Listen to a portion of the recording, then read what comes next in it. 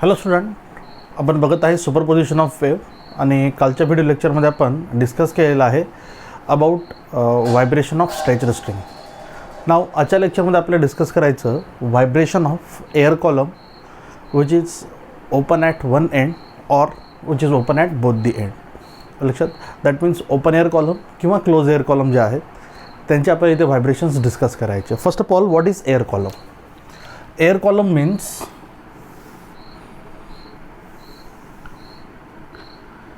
एक small tube आपण consider करत आहे लाईक धिस. लक्षात, इकडे एक वेसल आपण घेत आहे अशा प्रकारचे विच कन्सिस्ट ऑफ एअर. याच्या आतमध्ये इन्क्लोज होणारी जी एअर आहे त्या एअरला आपण ॲक्च्युली काय म्हणत आहे, एअर कॉलम. आता या एअर कॉलम दोन प्रकारच्या आहेत. एक अशी एअर कॉलम की जी एका साईडला ओपन आहे आणि एका साईडला क्लोज आहे. अशा एअर कॉलमला आपण म्हणत असतो क्लोज्ड एअर कॉलम. सिमिलरली जर आपण ट्यूब कन्सिडर करत असेल which is open at both the end, दोन्ही साईडला ओपन असणारी अशी एक ट्यूब आहे. याच्या आत एन्क्लोज होणारी जी एअर आहे that air is also called air column and this air column is found to be open at both the end and such air column is called open air column. Open air column काय सांगते, लक्षात आहे. इकडे आपल्याला discuss करायचं about the vibration of such air columns. मग air column means एक tube आपण घेत आहे of uniform radius, okay, throughout its length which consist of air and that air is actually called air column. Now this air column is found to be classified into two types. If an air column which is open at one end and closed at the other, such air column is called closed air column. And if now an air column which is open at both the end, such air column is called open air column. आपल्याला discuss करायचं की अशा air column जर असतील तर त्यांचे vibrations कसे आहेत. सिमिलरली ज्याप्रमाणे आपण स्ट्रेच्ड स्ट्रिंगच्या बाबतीमध्ये डिस्कस केलं तसंच आहे. ओके, मग त्यासाठी लक्ष द्या. इकडे काय सांगत आहे आपण इथे. सपोज आपण एक ट्युनिंग फोर्क आपण घेत आहे ऑफ रिस्पेक्टिव्ह फ्रिक्वेन्सी. आपल्याला माहीत आहे tuning fork, okay, this are called its prongs and this is called its stem. If now आपण जर या ट्युनिंग फोर्कला त्याच्या स्टेमने हेल्ड केलं आणि याचे प्रॉंग्स आपण जोरदार हॅमर केले रबर पॅडवर, तर आपल्याला म्हणजे this prongs are constantly vibrating with respect to their frequencies. ते त्याच्या फ्री फ्रिक्वेन्सीने, त्याची जी नॅचरल फ्रिक्वेन्सी आहे, ओके, त्याची जी फ्रिक्वेन्सी आहे त्या फ्रिक्वेन्सीने हे जे प्रॉंग्स सतत काय होत राहतात, व्हायब्रेट. आणि due to vibration of such prongs याच्यापासून आपल्याला काय ओरिजिनेट होताना दिसते, लॉन्जिट्युडिनल वेव्ज. आणि आपल्याला माहिती आहे की व्हायब्रेटिंग जे प्रॉंग्स आहेत त्यांची जी फ्रिक्वेन्सी आहे त्याच फ्रिक्वेन्सीची लॉन्जिट्युडिनल वेव्ह आपल्याला या व्हायब्रेटिंग प्रॉंग्सपासून एअर मीडियममध्ये ट्रॅव्हल करताना दिसते. त्याची फ्रिक्वेन्सी एक्झॅक्टली ट्युनिंग फोर्कच्या फ्रिक्वेन्सी एवढीच आहे.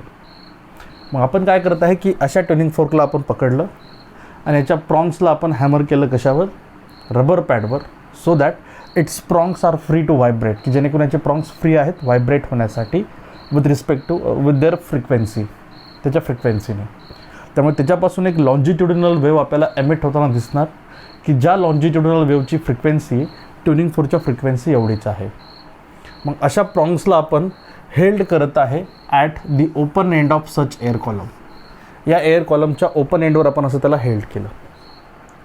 त्यामुळे काय होणार की व्हायब्रेटिंग प्रॉंग्स जे आहेत या ट्युनिंग फोर्कचे, हे व्हायब्रेटिंग प्रॉंग्स आपल्याला लॉन्जिट्युडिनल वेव्ह एमिट करताना दिसत आहे which travels through what, this air column which travels through this tube.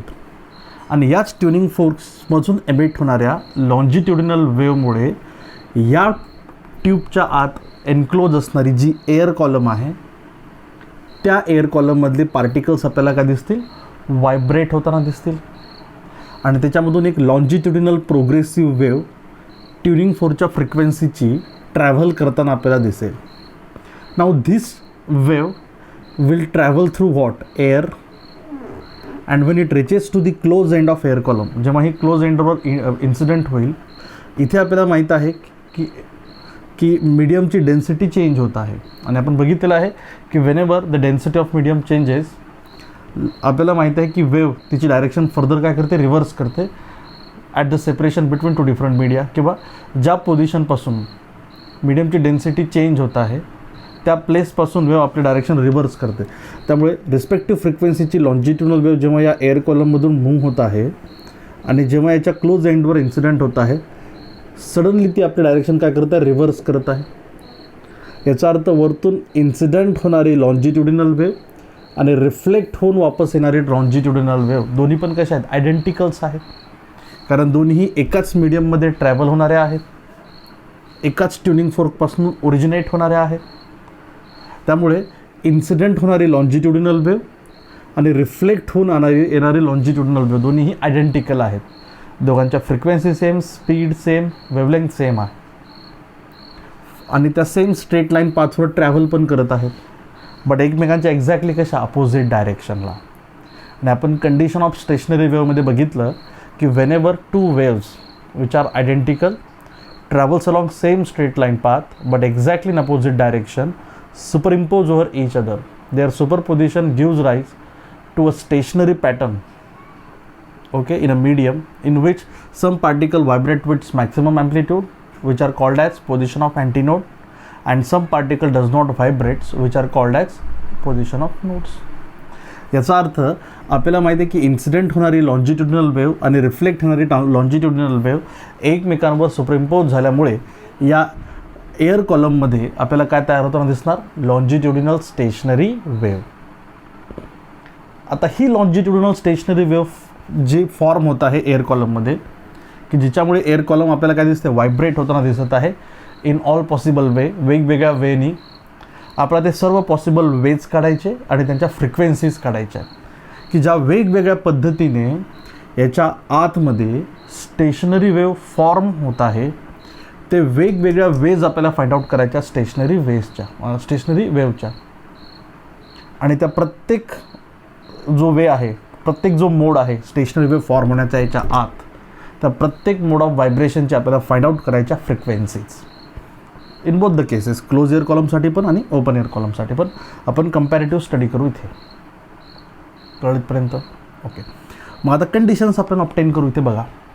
नाव आपल्याला माहिती आहे की लॉन्जिट्युडिनल वेव्ह जेव्हा ट्रॅव्हल करत आहे initially through air and later on it will incident on the close end. याचा अर्थ इनिशियली कमी डेन्सिटी असणाऱ्या मीडियममधून वेव्ह ट्रॅव्हल होत आहे आणि तो इन्सिडेंट होत आहे कशावर, जास्त डेन्सिटी असणाऱ्या पार्टवर. याचा अर्थ रेरर मीडियममधून ट्रॅव्हल होणारा वेव्ह आहे, लॉन्जिट्युडिनल वेव्ह आहे आणि इन्सिडेंट होत आहे डेन्सर मीडियमवर. आणि आपण बघितलेलं आहे की वेनेवर जेव्हा केव्हाही एखादी वेव्ह जी सुरुवातीला रेरर मीडियममधून ट्रॅव्हल होत आहे आणि लेटर ऑन ती पडत आहे डेन्सर मीडियमवर, तेव्हा आपल्याला माहिती आहे की इन्सिडेंट वेव्ह आणि रिफ्लेक्टेड वेव्ह यांचा फेज चेंज होतो पाय रेडियननी. जसं आपण ट्रान्सव्हर्स वेव्हच्या केसमध्ये बघितलं की क्रेस्ट रिफ्लेक्ट होत असतो ट्रफमध्ये आणि ट्रफ रिफ्लेक्ट होतो क्रेस्टमध्ये. लॉन्जिट्युडिनल वेव्हच्या बाबतीमध्ये अगदी तसंच आहे, फक्त इथे थोडंसं आपल्याला इथे चेंज सांगता येणार की in case of longitudinal wave compression reflects as compression and rarefaction reflects as rarefaction, but phase of wave changes by pi radian. पण वेव्हचा फेज कितीने चेंज होतो, पाय रेडियननी चेंज होतो. कळते तुम्हाला? जसं तुम्हाला माहिती आहे, लक्ष द्या की सपोज ही वेव्ह व्हेलॉसिटी आहे, this is the direction along which wave travels.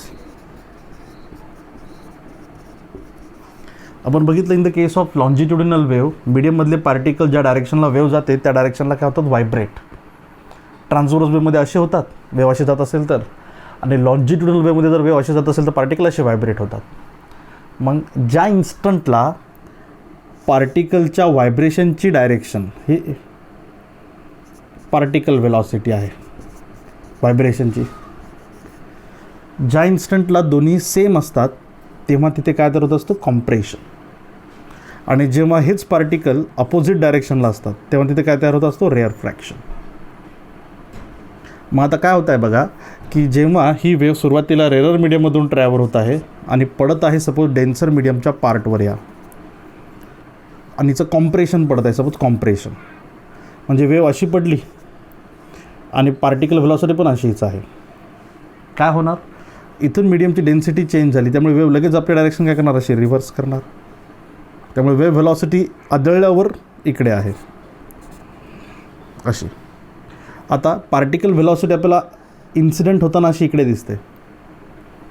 याचा अर्थ हे पार्टिकल या डायरेक्शननी या वॉलवर काय होत आहेत, कोलाईड होत आहेत किंवा इन्सिडेंट होत आहेत. आता वॉल रिजिड आहे कारण डेन्सर आहे, त्यामुळे ती काय करणार, तेवढाच फोर्स त्या पार्टिकलवर रिॲक्ट करणार. त्यामुळे रिफ्लेक्शन नंतर हे पार्टिकल अगोदर जर असे इकडे जात असतील उजवीकडे, तर रिफ्लेक्शन नंतर ते असे डावीकडे जातील. याचा अर्थ after reflection also wave velocity आणि पार्टिकल व्हेलॉसिटी सेम आहे. दोघं सेम असतील तर काय तयार होत असते, कॉम्प्रेशन. म्हणून काय कॉम्प्रेशन. म्हणून रेरर मीडियममधून ट्रॅव्हल होणारे लॉन्जिट्युडनल वेव्ह डेन्सर मीडियमवर पडल्यावर कॉम्प्रेशन रिफ्लेक्ट होतो कशामध्ये, कॉम्प्रेशनमध्ये.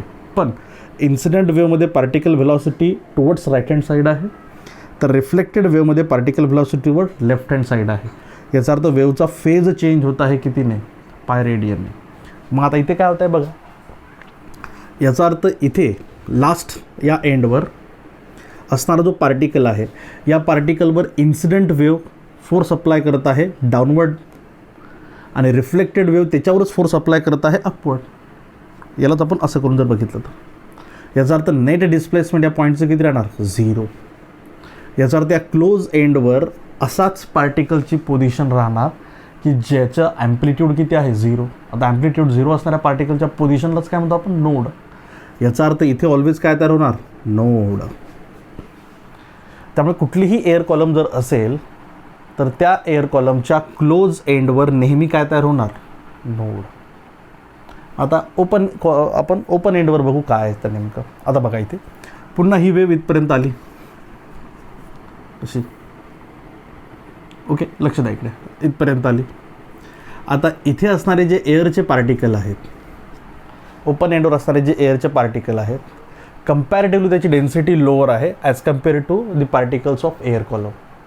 याचा अर्थ इनिशियली लॉन्जिट्युडनल वेव्ह ट्रॅव्हल होत आहे डेन्सर मीडियममध्ये, आणि लेटर ऑन ती ओपन एंडवर इन्सिडेंट होत आहे, म्हणजेच रेरर मीडियमवर इन्सिडेंट होत आहे. आता जर हाच पार्टिकल फ्री असते, ही जी वॉल आपण ड्रॉ केली, जिला आपण डेन्सर कन्सिडर केला, तर सपोज ही जर रेरर असेल आणि वेव्ह अगोदर आली डेन्सरमधून, तर काय होणार की हे पार्टिकल फ्री आहेत मूव्ह होण्यासाठी. का, कारण रेररचे आहेत. लक्षात, they are free to move. त्यामुळे हे पार्टिकल इन्सिडेंट वेव्ह त्याच्यावर फोर्स अप्लाय करतोय असा इकडे टुवर्ड्स राईट हँड साईड. त्यामुळे याच्या ॲप्लिकेशनमुळे हे पार्टिकल इकडे जातात असे. वेव्ह तर इकडे रिव्हर्स झाली लगेच, डेन्सिटी बदलली म्हणून वेव्ह लगेच चेंज, डायरेक्शन चेंज. पण हे पार्टिकल त्याच्यावर तिकडे फोर्स अप्लाय करत, त्याच्या जिफेक्टमुळे इथला पार्टिकल असा इकडे डिस्प्लेस होतो. याचा अर्थ रिफ्लेक्शनच्या बाद वेव्ह व्हेलॉसिटी इकडे, पार्टिकल व्हेलॉसिटी इकडे, अपोजिट आहे. म्हणजे काय तर होणार, रेअर फ्रॅक्शन. कॉम्प्रेशन कशामध्ये गेलं, रेअर फ्रॅक्शनमध्ये.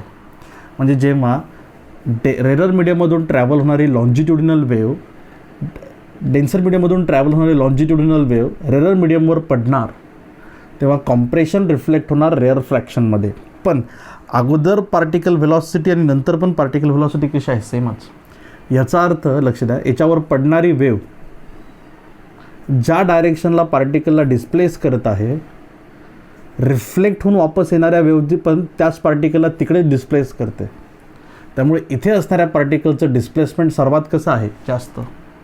आपण बघितलं की सर्वात जास्त डिस्प्लेसमेंट असणाऱ्या पार्टिकलच्या पोझिशनला काय म्हणतो आपण, अँटीनोड. म्हणून इथे आपल्याला काय सांगता येणार, काय तयार होणार, ऑलवेज अँटीनोड. मग कंडिशन काय आहे, कुठलीही एअर कॉलम जर असेल, whether it may be close or open, open एंडवर नेहमी काय तर होत असतो, अँटीनोड, आणि क्लोज एंडवर ऑलवेज काय तर होत असतो, node. This is the condition for the vibration of air column. की एअर कॉलम व्हायब्रेट व्हायची जर असेल तर त्याची ही कंडिशन आहे की क्लोज एंडवर नेहमी नोड असणार आणि ओपन एंडवर नेहमी अँटीनोड असणार. हे सगळ्यांनी डोक्यात ठेवायचं फक्त. मग आता क्लोज एअर कॉलम जर असेल अशी आपल्याला माहीत आहे, तर त्याच्या क्लोज एंडवर काय राहणार इथे, नोड, आणि ओपन एंडवर काय राहणार, अँटीनोड. कळतंय ना, ओके. मग फॉर ओपन एअर कॉलम काय राहणार, ओपन एंड आहे त्यामुळे काय राहणार, अँटीनोड. त्यामुळे ओपन एंड कॉलमसाठी इथे पण अँटीनोड आणि इकडे पण अँटीनोड. ही कंडिशन ओपन एअर कॉलमसाठी आहे, दोन्ही ओपन एंडवर ऑलवेज अँटीनोड, आणि क्लोज एअर कॉलमसाठी ओपन एंडवर अँटीनोड आणि क्लोज एंडवर काय, नोड. ही कंडिशन लक्षात घेऊन आपल्याला ऑल पॉसिबल वे डिस्कस करायचे दोन्ही एअर कॉलमचे, ज्याला आपण त्या एअर कॉलमचे काय म्हणतोय, mode of vibration. Different mode of vibration आणि त्या प्रत्येक मोड ऑफ व्हायब्रेशनची आपल्याला फाइंड आउट करायची फ्रिक्वेन्सीज काय आहेत. तसं इथेच आपण जर आपण अप्लाय केली आपलं एक वेवचं जे स्ट्रक्चर आपण युजली अप्लाय करतो ट्रान्सव्हर्ससाठी, इथे आपण तेच अप्लाय करू शकतो, सेमच येते, काही प्रॉब्लेम नाही. त्यामुळे बघा इथे काय येणार असा, this is the incident wave.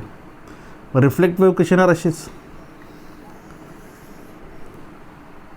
इथे काय आहे, अँटी नोड आहे, इथे काय आहे, नोड आहे. कंडिशन सॅटिस्फाय होत आहे अशी.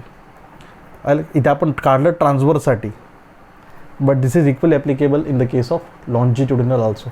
लॉन्जिट्युडिनलची डायग्राम काढायला थोडंसं कन्व्हिनियंट नाही, म्हणून आपण ट्रान्सव्हर्स वेवच्या फॉर्ममध्ये जिथे रिप्रेझेंट केलं लॉन्जिट्युडिनलला. आलं लक्षात समजण्यासाठी. पण जसं इथे पण बघता येईल आपल्याला, this is the incident wave,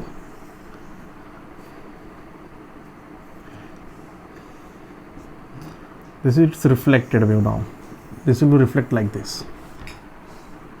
ही अशी येणार आणि जाणार कशी अशी. त्यामुळे सतत व्हायब्रेशन जर असेल तर दोन्ही वरतून खाली येणारी, खालून वर जाणारी, पुन्हा वरतून खाली येणारी, खालून वर जाणारी एकमेकांवर काय होतात, सुपर इम्पोज होत राहतात आणि अशा प्रकारचे स्टेशनरी वेवच्या विदिन आपल्याला फॉर्म होताना दिसते. कंडिशन काय आहे, ओपन एंडवर अँटी नोड्स आहे. कळलं का सगळ्यांना? ओके. नाव याचा यूज करून आपल्याला फाइंड आउट करायच्या त्याच्या frequencies, all possible frequencies. Okay.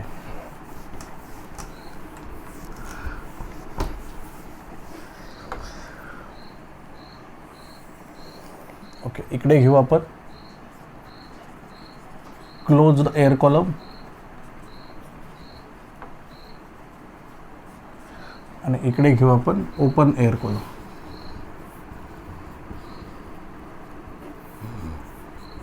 Okay. Now first mode आपण याचं आपल्याला माहीत आहे, the first mode of vibration with the minimum frequency which is called as fundamental mode. आपण डिस्कस केलं आहे अगोदर. फंडामेंटल मोड म्हणजे काय की सर्वात कमी फ्रिक्वेन्सी ओके एअर कॉलमची ज्या मोड ऑफ व्हायब्रेशनमध्ये राहते त्याला काय म्हणतो आपण फंडामेंटल मोड, आणि त्याच फंडामेंटल मोडच्या फ्रिक्वेन्सीला काय म्हणतो आपण fundamental frequency of that air column, which is also called its natural frequency. Okay. मग आपण एक एअर कॉलम इथे ड्रॉ केली अशी ऑफ रिस्पेक्टिव्ह लेंथ. सपोज एक ट्यूब आहे. ओके. ज्या ट्यूबची लेंथ आपण कन्सिडर करू कॅपिटल एल आहे.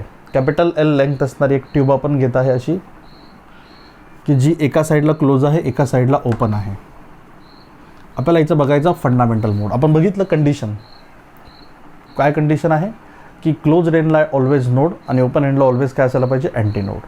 आता ही कंडिशन लक्षात घेऊन ही जी एअर कॉलम ही आपल्याला सर्वात कमी मोडने म्हणजे सर्वात पहिला मोड, याच्यापेक्षा कमी फ्रिक्वेन्सीचा मोड असू शकत नाही अशी व्हायब्रेट आपल्याला इथे करायची.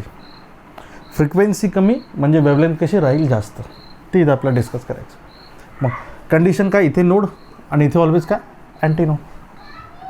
हे केव्हा पॉसिबल होईल, सर्वात अगोदर if we consider only half loop will be form here. जर फक्त असा अर्धा लूप जर तयार झाला, अर्धाच लूप असा. आता याच्यापेक्षा कमी फ्रिक्वेन्सीने किंवा याच्यापेक्षा कमी वेवलेंथ, जास्त वेवलेंथनी इथे स्टेशनरी वेव तयार होऊ शकते का, नाही. This will be the minimum frequency of vibration or this will be the maximum wavelength of longitudinal wave, की ज्यामुळे ही एअर कॉलम या मोडमध्ये व्हायब्रेट होत आहे अशी. दिस इज द फर्स्ट मोड आणि याला काय म्हणतो आपण फंडामेंटल मोड. मग क्लोज्ड एअर कॉलम जर तिच्या फंडामेंटल मोडमध्ये व्हायब्रेट होत असेल तर किती नोड आहेत, एक नोड आणि एक अँटी नोड, आणि लूप किती आहे, अर्धाच. सिमिलरली इकडे आपल्याला बघताय ना, याचा पण फंडामेंटल मोड इथे आपण ड्रॉ करू. फंडामेंटल मोड. ओके. सेम एअर कॉलम आपण घेत आहे of length capital L like दिस.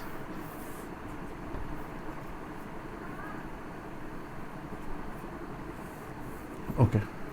आता ही पण एअर कॉलम आपल्याला बघायची सर्वात कमी फ्रिक्वेन्सीने सर्वात जास्त वेवलेंथने व्हायब्रेट होताना इथे किती नोड आणि किती अँटी नोड्स तयार होत आहेत. कंडिशन काय की दोन्ही एंडला काय असायला पाहिजे, अँटी नोड, कारण ओपन आहेत. मग कशी राहणार ही अशी.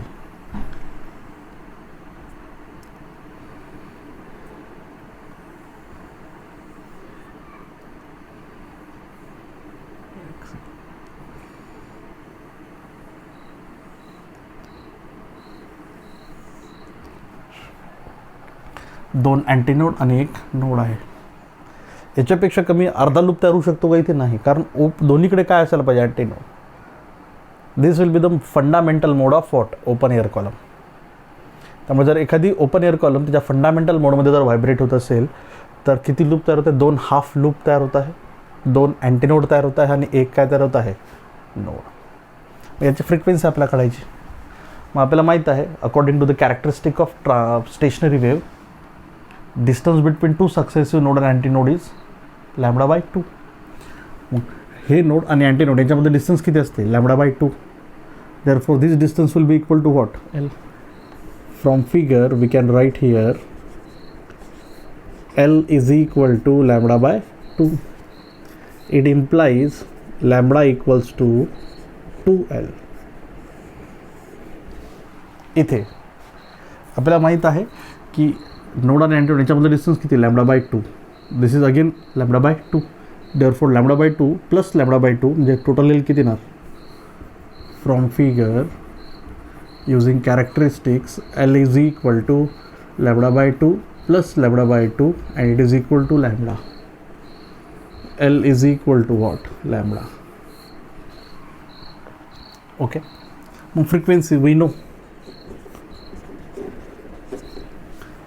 V equals to velocity of waves. Formula तुम्हाला माहिती आहे. V velocity equals to product of frequency and wavelength. V equals to n λ. It implies n is equal to now v upon λ. Similarly इथे पण आपल्याला लिहिता येणार we know v equals to n λ. It implies n is equal to v upon λ. Using the value of λ we can write n is equal to v upon 2L. Similarly in this case n is equal to v upon L. Sorry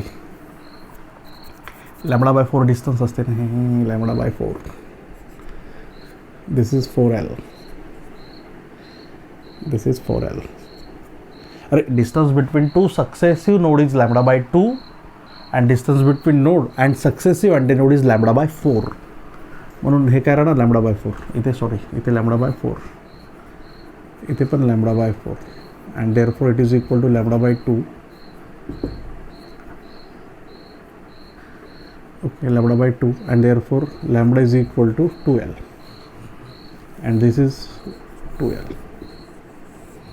okay. म्हणजे बघा आता closed air कॉलमची fundamental frequency n is always equal to v upon 4L, where as fundamental frequency of open air column n is always equal to v upon 2L. v काय आहे? Velocity of transverse wave, longitudinal wave जी air कॉलममध्ये travel करत आहे.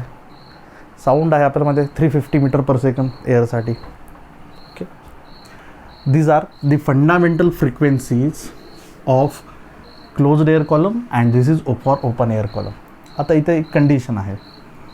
Okay, लक्ष द्या इकडे. आता in actual practice the position of antinode, इथे ओपन एंडवर असणारा जो अँटीनोड असतो त्या अँटीनोडची पोझिशन एक्झॅक्टली ओपन एंडवर न तयार होता स्लाइटली ती वर तयार होते. इथं आपण लक्ष द्या, इथे आपण अँटीनोड आणि नोड यांच्यामध्ये डिस्टन्स कॅल्क्युलेट करताना आपण काय घेतलं? फक्त L. पण ॲक्च्युअलमध्ये हा अँटीनोड इथे नसून स्लाइटली थोडासा वर असतो आणि ते जे डिस्टन्स आहे ओपन एंडपासून पोझिशन ऑफ अँटीनोडचं त्याला म्हणतो आपण एंड करेक्शन. त्याला काय म्हणतो आपण? End correction. मग एंड करेक्शन म्हणजे काय? The distance between position of antinode and open end of air column is called. त्यामुळे जर करेक्शन जर आपण इथे केलं तर हे डिस्टन्स आपल्याला ॲक्च्युअली कधी काय घ्यावं लागेल? L नाही, λ/4 L प्लस ई. इथे पण L प्लस ई, इथे पण काय लागेल? L plus E. This is called end correction. आता इथे दोन्ही साईडला एंड अँटीनोड्स आहेत, त्यामुळे इथे पण ई वर राहणार, इथे पण ई राहणार. त्यामुळे ओपन एअर कॉलमसाठी जेव्हा आपण इथे एंड करेक्शन ॲड करतो तेव्हा आपल्याला किती ॲड करावं लागतील? याच्यात 2E आणि इकडे फक्त किती? ईच. याला काय म्हणतात? End correction. एंड करेक्शन काय कळलं का? एंड करेक्शन म्हणजे काय? The actual position of antinode and open end of air column is called end correction. त्यामुळे इथे फी फंडामेंटल फ्रिक्वेन्सी ॲक्च्युअल आपल्याला मिळत नाही. जर इथे आपण एंड करेक्शन ॲड केलं, ईची व्हॅल्यू जर आपण ॲड केली तर आपल्याला याची काय मिळते? ॲक्युरेट व्हॅल्यू मिळते. आणि हे एंड करेक्शन आपल्याला दिसते 0.3D, where D is diameter, inner diameter of tube आहे. या एअर कॉलमच्या इनर डायमीटरवर हे एंड करेक्शन. म्हणजे एअर कॉलम जेवढी छोटी, एंड करेक्शन तेवढं स्मॉल. आणि ट्यूब जेवढी मोठी मोठी राहणार, एंड करेक्शन तेवढं जास्त राहणार. म्हणजे ट्यूब जेवढी मोठी मोठी राहणार अशी पोझिशन ऑफ अँटीनोड ओपन एंडपासून जास्त बरोबर राहणार. कळलं का तुम्हाला? हे this is called end correction. This is fundamental frequency of close and open air column. कळलं सगळ्यांना? सेकंड मोड आपल्याला बघता येईल इथे. मग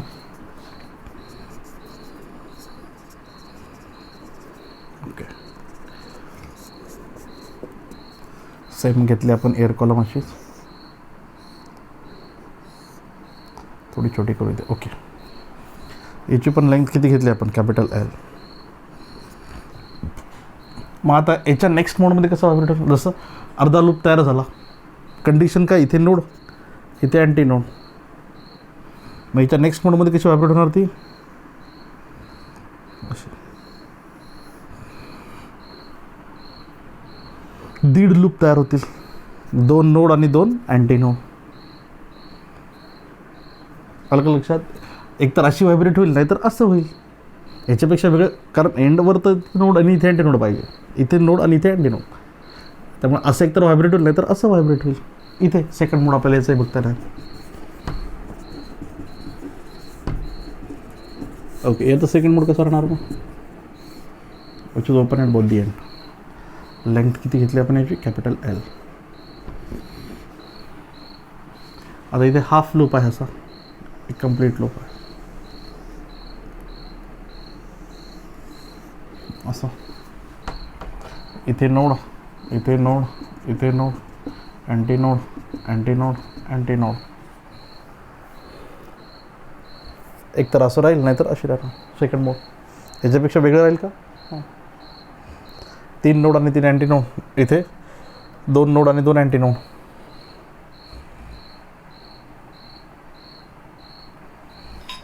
एक, 2, 3.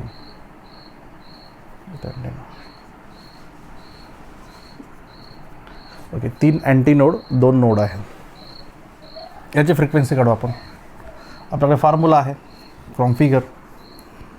एल इक्वल्स टू 2 सक्सेसिव्ह नोडमधलं distance, λ/4 plus λ/4 plus λ/4, λ/4 plus λ/4 plus λ/4, 3 λ/4. It implies λ equals to 4L/3. इकडे L इज इक्वल टू या दोघांमध्ये distance λ/4 plus λ/4 plus λ/4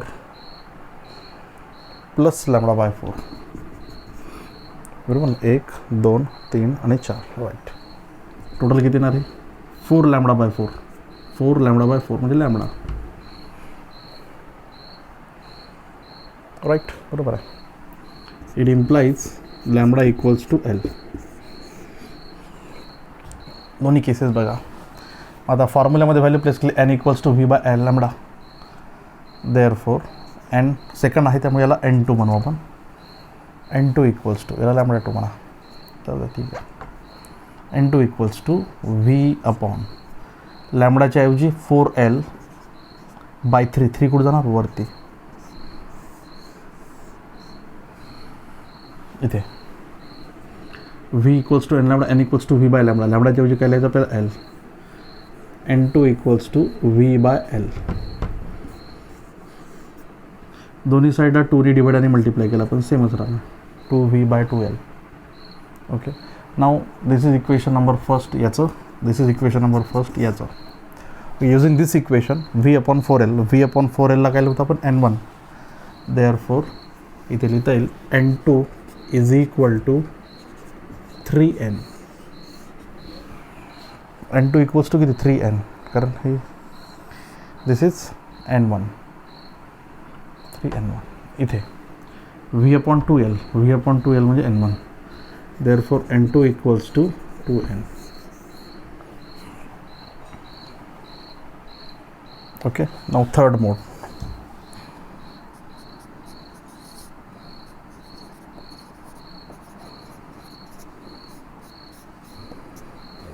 Okay, now in the third mode,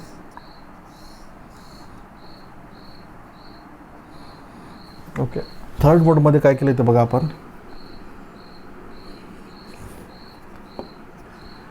condition काय, क्लोज एंडवर नोड, ओपन एंडवर अँटी नोड, त्यामुळे इथे कशी एअर कॉलम तयार होणार,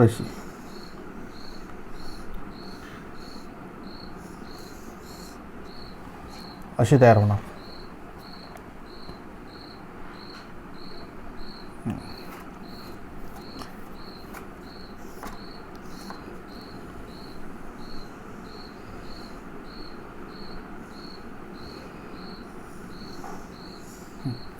अशी एअर कॉलम तयार होईल. इथे नोड आहे, antinode, node, antinode, node, anti node.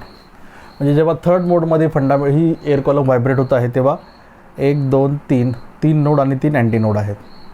Similarly in this case third mode याचा, this is air column which is open at both the end, दोन्ही साईडला ओपन आहे.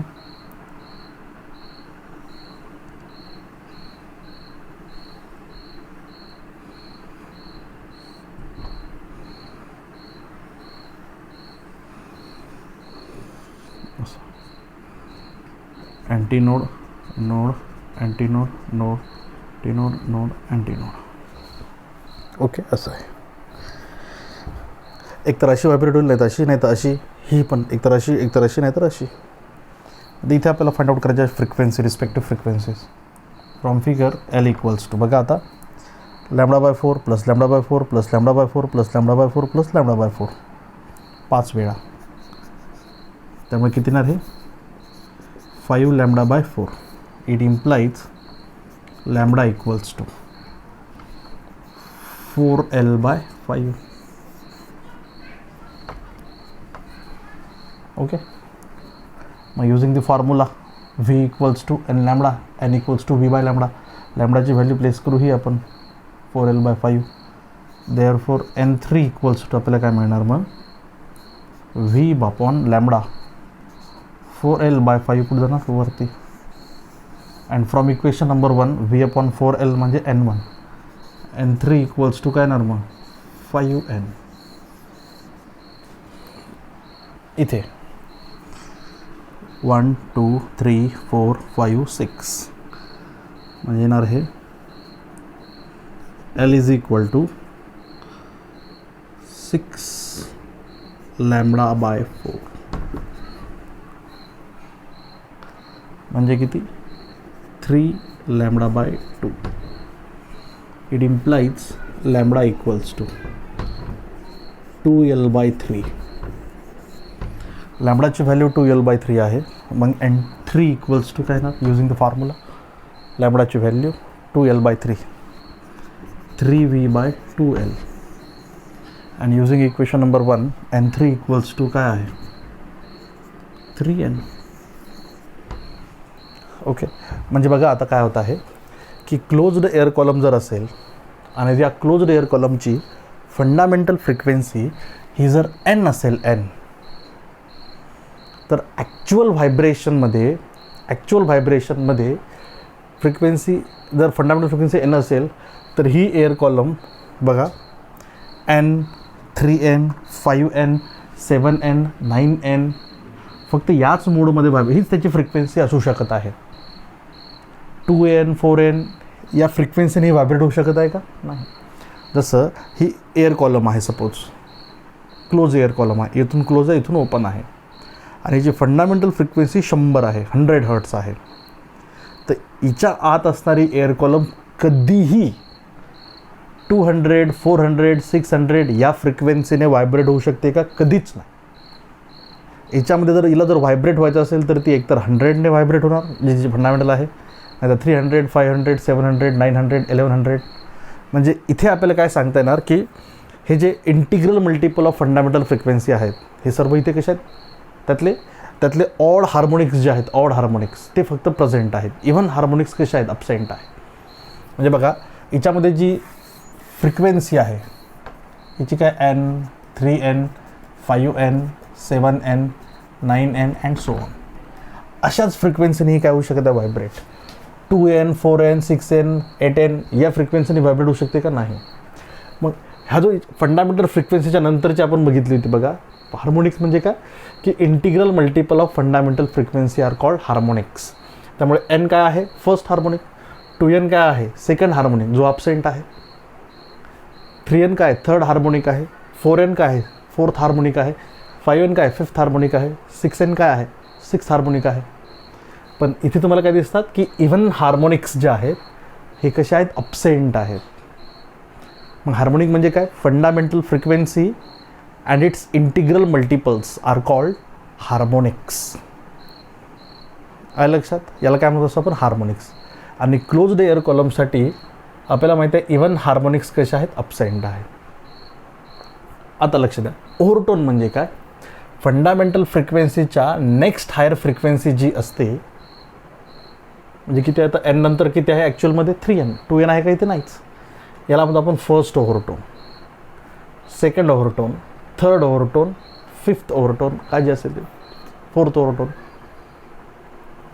त्यामुळे ॲक्च्युअल मोड ऑफ व्हायब्रेशनमध्ये ज्या फ्रिक्वेन्सी प्रेझेंट असतात त्यांना आपण म्हणतो ओव्हरटोन. आणि हार्मोनिकचे जे इंटिग्रल मल्टिपल आहेत, फंडामेंटल फ्रिक्वेन्सीचे जे इंटिग्रल मल्टिपल आहेत त्याला काय म्हणतो आपण, हार्मोनिक्स. मग बघा आता इथे in the case of closed air column, closed air कॉलमच्या केसमध्ये इव्हन हार्मोनिक्स कशा आहेत, अबसेंट आहेत. त्यामुळे पी नंबरचा ओव्हरटोन,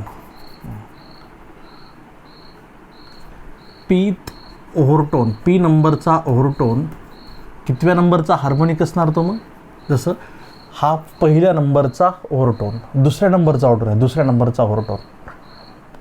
नंबरचा ओव्हरटोन पाचवा हार्मोनिक, डबल करून एक ॲड.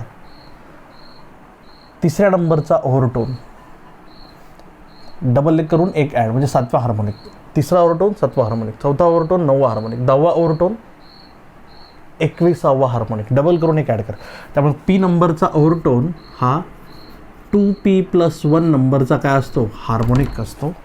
पण कुणासाठी, क्लोज्ड एअर कॉलमसाठी. Now in the case of open air column बघा फ्रिक्वेन्सी n1 आहे, 2n आहे, 3n पण आहे. याचा अर्थ क्लोज्ड ओपन एअर कॉलम जर असेल तर तिची फंडामेंटल फ्रिक्वेन्सी जर n असेल तर त्याच्यामध्ये सर्व हार्मोनिक्स कशा आहेत, प्रेझेंट आहेत.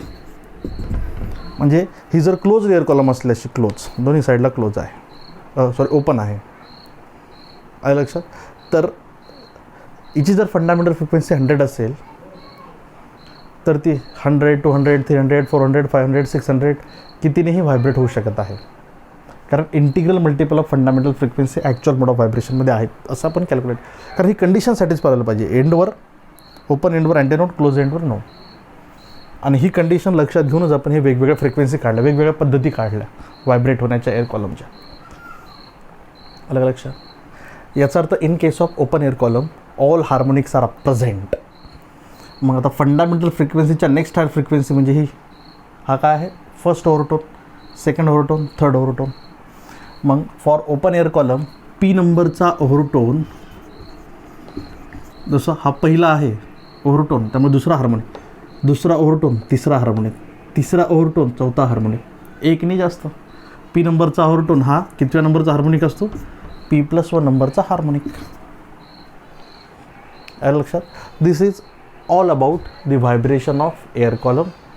First of all closed at one end, open at other, and open at both the ends. Open air column आणि क्लोज एअर कॉलम. आहे लक्षात. मग फॉर्म्युले याचे फंडामेंटल फ्रिक्वेन्सीचे लक्षात. This is all about the vibration of air column. कळतपर्यंत सगळ्यांना. ओके, याला अजून थोडंसं कन्क्लूड करू आपण.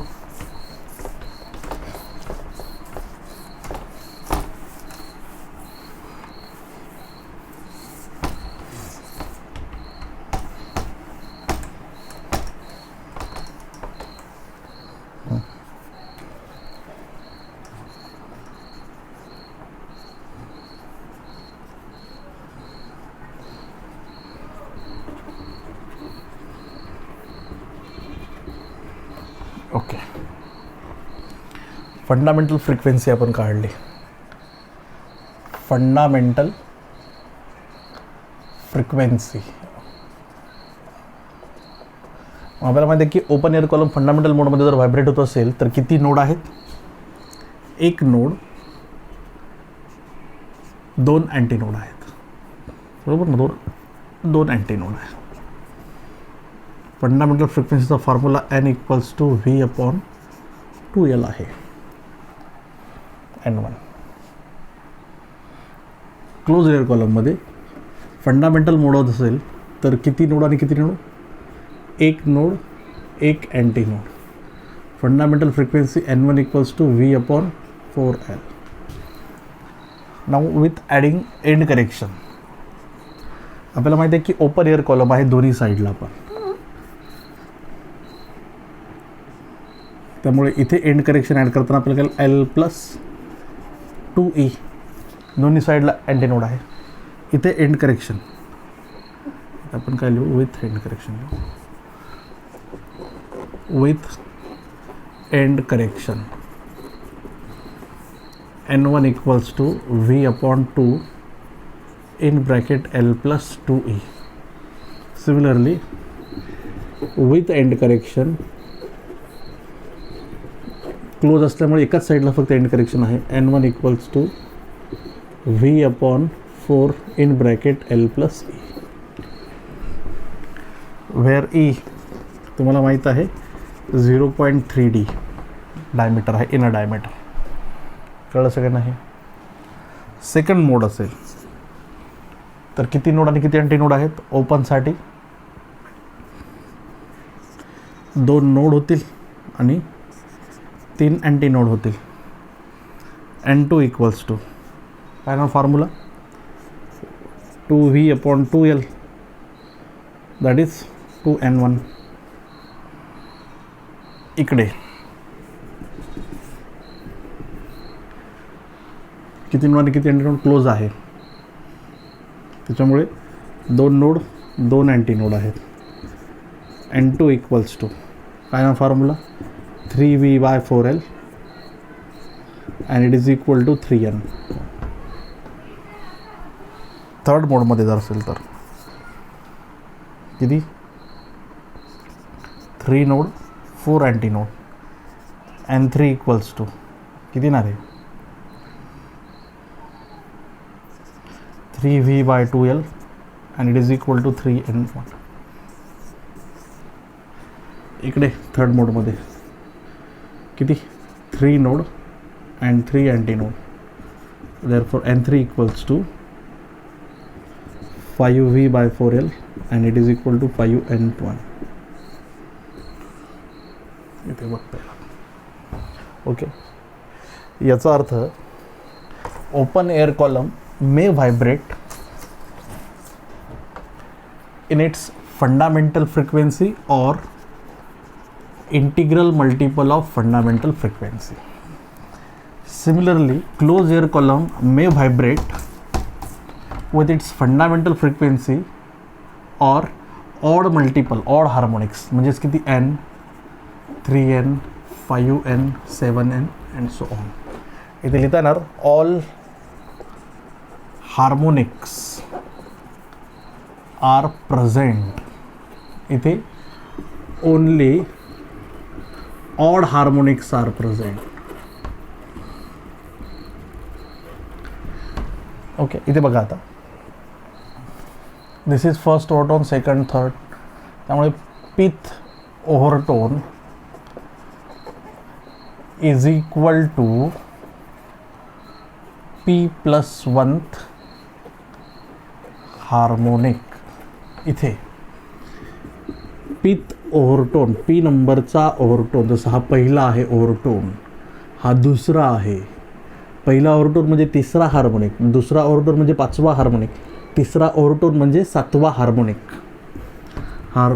इज इक्वल टू डबल करून एक ॲड करत आहे आपण, 2p+1 harmonic. Okay, this is all about the vibration of air column. Thank you so much.